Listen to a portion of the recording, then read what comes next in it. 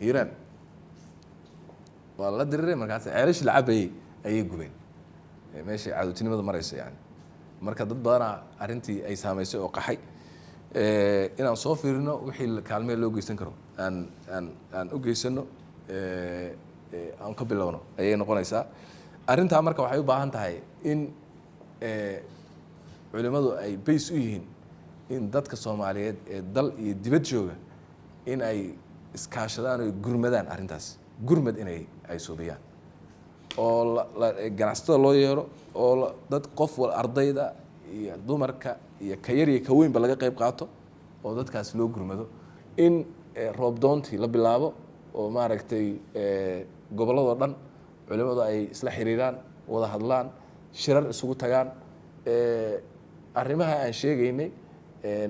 abaaraha hadda jiraana si xoog leh hadda focuska loo saaro arrimaha amniga iyo arrimaha maamulka aan hadda sheegaynay dhibaatada in haysatana culimadu si gaar ah inay u address gareeyaan oo ay maxaan ku dhahaa ay xaaladda dalka wax ka ogaadaan intaasaan idinku yeeray